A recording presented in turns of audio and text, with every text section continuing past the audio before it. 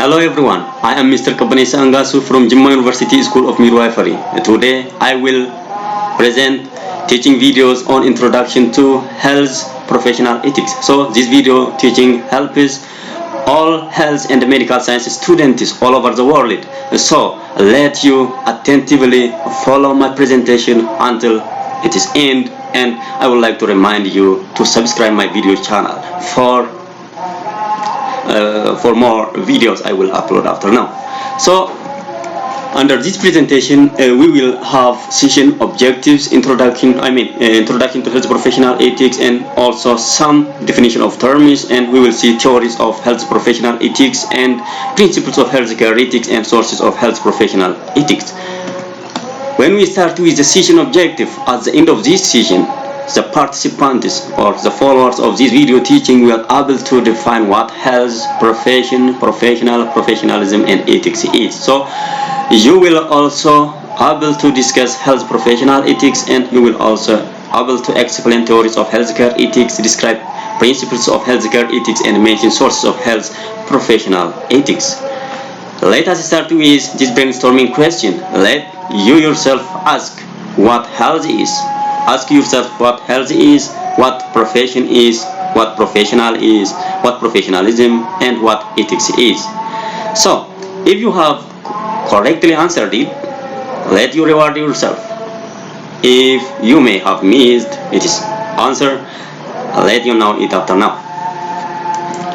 So when we come to the first term, it is health. So health is a complete health is a state of complete physical, mental, and social well-being, but not only the absence of disease or infirmity. So when we say health, someone is health, that person should have to have complete physical, mental, and social well-being, but not only the absence of disease or infirmity. So when we say physical part, we are talking about human's body structure and normal functioning. When we say mental health, we are talking about the way how the human being thinks, perceives, understands, interprets whatever they encounter in their life.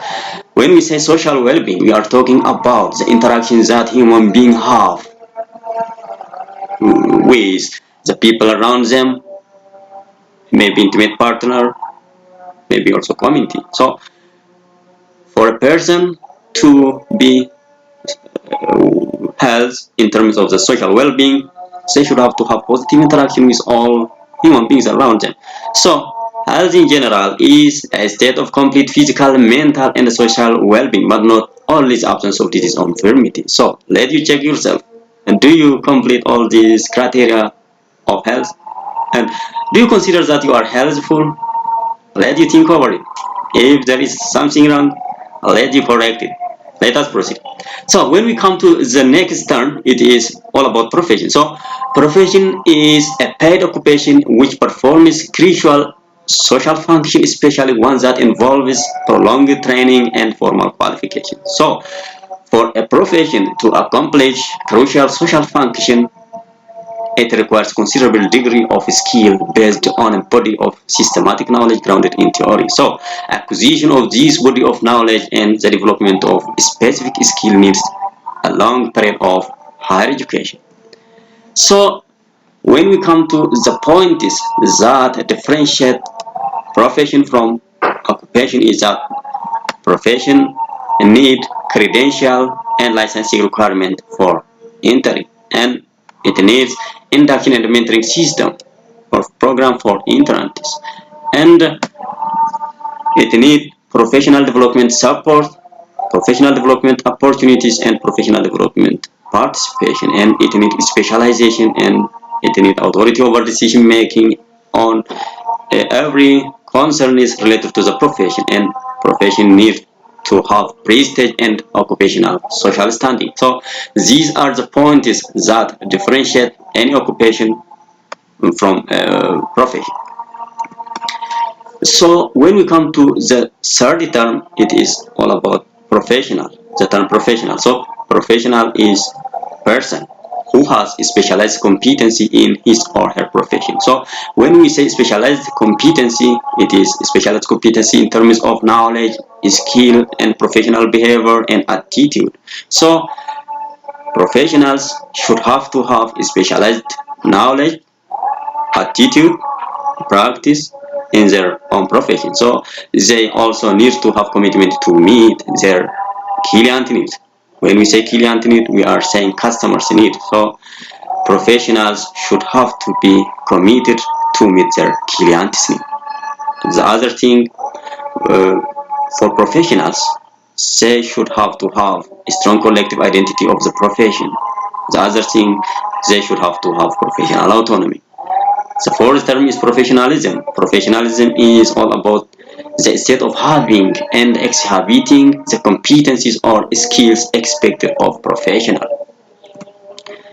The fifth term is ethics. So when we see the definition of ethics standing from its original word, the word ethics comes from Greek word ethos, which means custom or character. So ethics means a manner of acting or constant mode of behavior. So ethics is a philosophical history of moral value of human conduct and rules that govern it.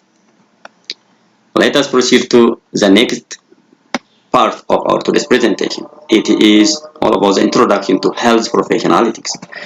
So health ethics lay basis or foundation for how to accurately judge the moral goodness or badness of human action in any health-related issue. So by the time we encounter especially situations that puts us into dilemma to which just we should have to decide on, which we should have to choose, whatever it is. So for that kind of act, health ethics enables us how accurately judge whatever confusion we may face throughout our professional life.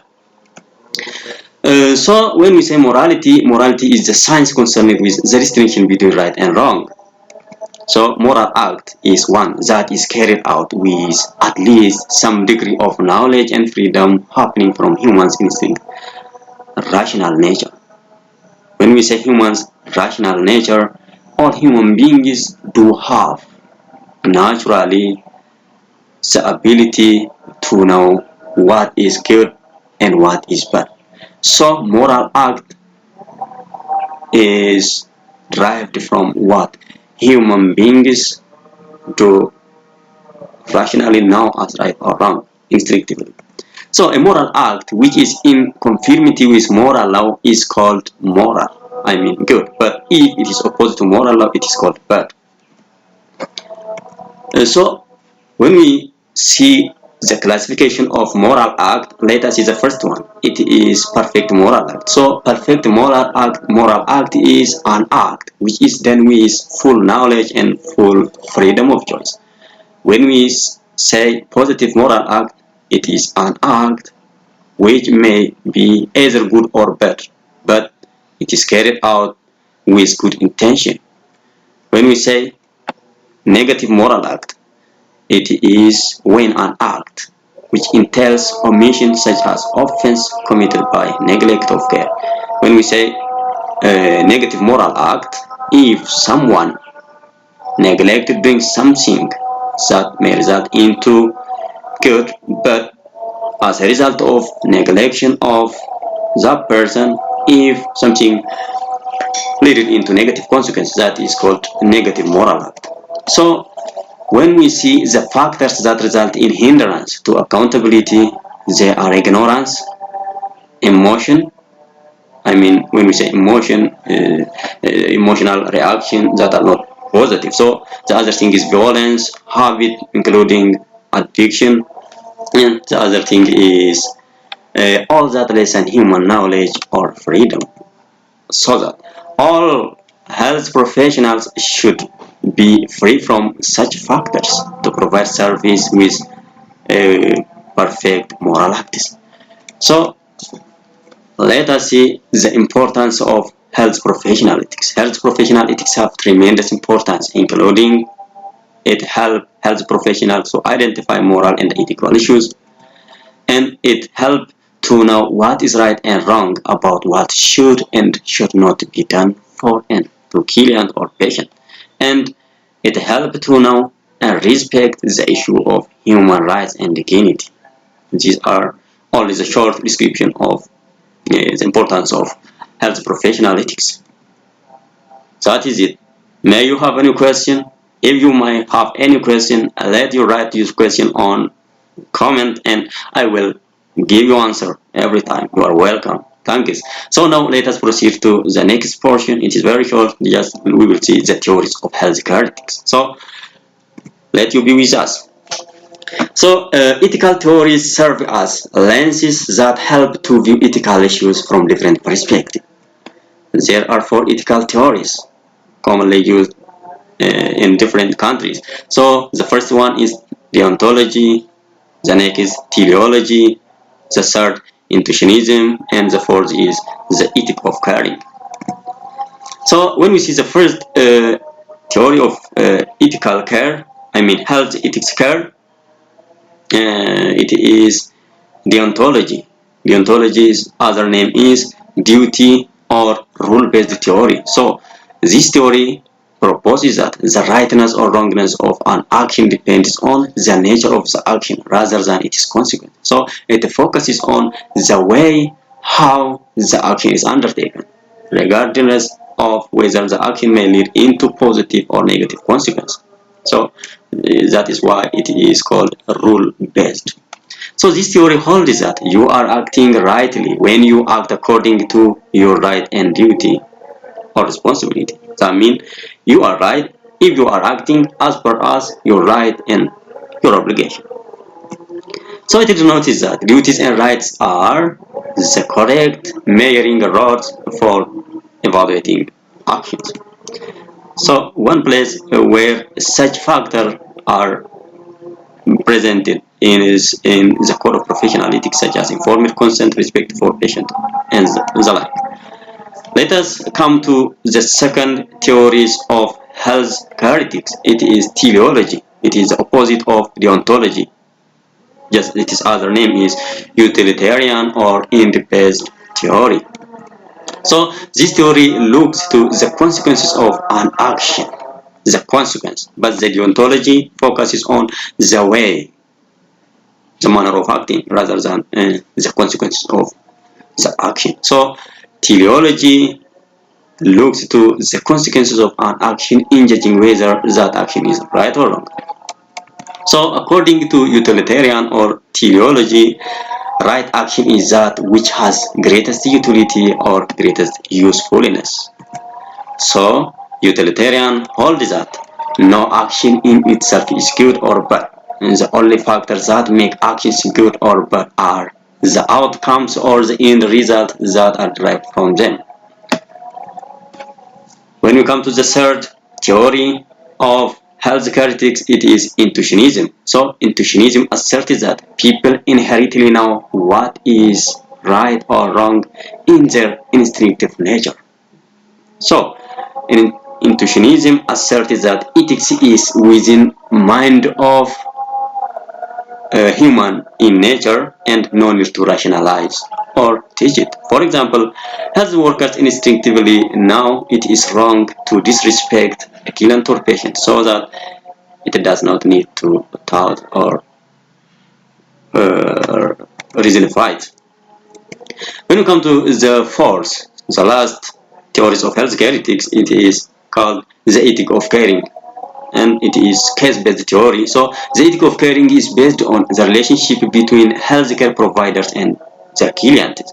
So it stresses courage, generosity, commitment, and responsibility while caring for client or patients. By the way, when I am saying client, I am talking about the customers, those people who do not have any sort of illness, but people who visit healthcare for having disease preventive measures and health promotive services. For example, people who visit antenatal care, people who visit a health facility for the sake of gaining family planning service, for immunization service, for counseling service, preconceptional care. Those kind of people are called clients. But if they do have some sort of illness that are medically diagnosed, they can be named as patient. That's the difference between both of it. So you shouldn't have to call clients by saying patient and vice versa. So the ethic of caring asserts that caring is a force for protecting and enhancing client dignity. So all healthcare providers should have to take into consideration what each theories of healthcare ethics says, and they should have to use appropriately each of them in different situations. That is it. If you may have any question again, let you write it on comment and I will give you answer and detailed description if you may want. Let us proceed to the third topic. It is all about principles of healthcare ethics. So there are 7 widely accepted ethical principles in healthcare, and the first one is autonomy. So autonomy originally came from the word autos, meaning self, and nomos, meaning to hold as way or to self-control. So autonomy is the origin of the concept of self-governance. So this implies midwives or all other health professionals or determine and control the standards for education, for regulation and practice by themselves, which means by their own professional organizations. In the other perspective, in relation to caring for our clients or patients, autonomy implies the client's freedom to make choice of care and for their decision to be respected. So we should have to respect our patient's autonomy. They are the primary person who are authorized to decide for themselves and on themselves. So we should have to respect them. So autonomy, when we see it is the right in relation to healthcare. I mean, the rights in relation to healthcare include the right of information. So our patient is reserved whatever information they need. They have the right to gain appropriate information. And the right to privacy and confidentiality. When we say the right to privacy, they have the right to have respect for not disclosing their private body part. And also when we say confidentiality, it is concerned with the right of keeping our patients or clients' information secretly. So these are the right of patients. So the right to appropriate care and treatment. So our patients or clients have the right to gain appropriate care and treatment. Let us proceed to the second principles of healthcare ethics. The second principle of healthcare ethics is called beneficence. Beneficence means doing good. So beneficence means doing or promoting good as well as preventing evil or harm. Example, giving clients correct health information. So this is one example of doing good. The other is striving to save the life of patients in correct manner. So this is also the example of being good. The third principles of healthcare ethics is non-maleficence, which means doing no harm. It is the opposite of beneficence. So non-maleficence holds a central position in the tradition of health ethics and guards against avoidable harm to subject. So healthcare providers should not harm their client or patients. For example, healthcare providers should prevent just never give drugs that harm patient, never perform, for example, episiotomy, suture without giving local anesthesia. So the harm that they can prevent by giving local anesthesia is preventing pain, severe pain for the patient. So this is another example. The fourth principle of healthcare ethics is justice or fairness. So this principle states that human beings should treat other human beings fairly and justly in distribution of goodness and badness among them. In other way, when we say justice, we are talking about just avoiding bias and favoritism. In other words, justice should include fair distribution of scarce resources, respect for individual and group rights, and following morally acceptable laws. So, let us proceed to the fifth principles of healthcare ethics. It is all about veracity. Veracity means telling truth. So, veracity is telling truth. So, it is essential to integrity of the client or patient and provider relationship. At the heart of any moral relationship is communication. So, for communication, a necessary component of any meaningful communication is telling the truth and being honest. So, healthcare providers are obliged to be honest with their client and patient. The right to self-determination becomes meaningless if the client does not receive accurate, unbiased, and understandable information. To tell you the truth. For example, if you may have told your client or patient something that is wrong, they will never trust you, so that they will not seek healthcare from your health institution.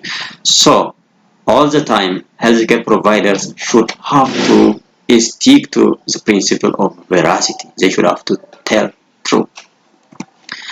The sixth principle of healthcare ethics is fidelity, which means being faithful. So fidelity means being faithful to one's commitment and promises. And midwives or other health professionals' commitments to clients include providing safe care and maintaining competence in their practice.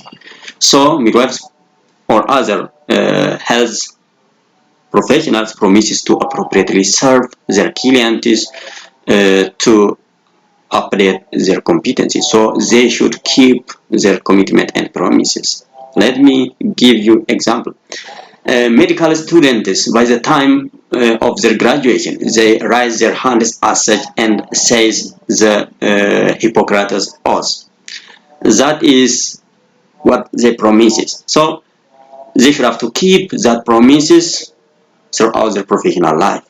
So fidelity is all about being faithful to our commitments, that means our professional commitments and our promises. Fidelity means not only keeping commitment, but also keeping or maintaining our obligation. When we come to the last principle of healthcare ethics, it is all about confidentiality. So confidentiality in healthcare context is the requirement of health professionals to keep information obtained from their caretakers secretly. So clients or patients' information should not be disclosed to any person, not to a person not directly involved in the care of the patient. So, if in case disclosing patient's or client's secret is needed, the consent to disclose the patient's information should be taken from the owner of the information first. So we have completed the principles of healthcare ethics. We have seen 7 principles of healthcare ethics. We started with autonomy, then we have seen beneficence, non-maleficence, justice, veracity, fidelity, and confidentiality. So let you try to keep all these healthcare principles throughout your professional life. So let us proceed to the last portion for our today's lesson. It is all about the sources of health professional ethics. Sources of health professional ethics in general, health professional ethics is originated from religion, culture, and what great scholars assert. So health professional ethics is deep rooted in instinct human morality. So we healthcare professionals have been guided and also should have to be guided by humanity. Thank you. So throughout this presentation we have seen common terms starting from health, what profession is, what professional is, what professionalism is, and what ethics is. Let you revise and understand them again if you may not have understood yet. So we have also seen the introduction of health professional ethics. We have also seen the 4 theories of healthcare ethics, starting from deontology, we have seen also teleology, we have seen intuitionism, and the ethic of caring. We have also seen principles of healthcare ethics. We have seen 7 healthcare ethics, starting from autonomy. We have seen also beneficence. We have seen non-maleficence. We have seen justice. We have seen veracity. We have seen fidelity, and we have seen confidentiality. And at last, we have seen the source of health professional ethics. Mainly, health professional ethics is originated from religion, from culture, and also from what? great scholars asserted. Thank you very much. So for more, you can read all these references and understand much more. At last, I would like to say thank you very much for your attention. But never forget to subscribe this teaching video. Thank you so much. I respect you. I admire you. You are so prestigious person for me. Thank you a lot. Have a good day.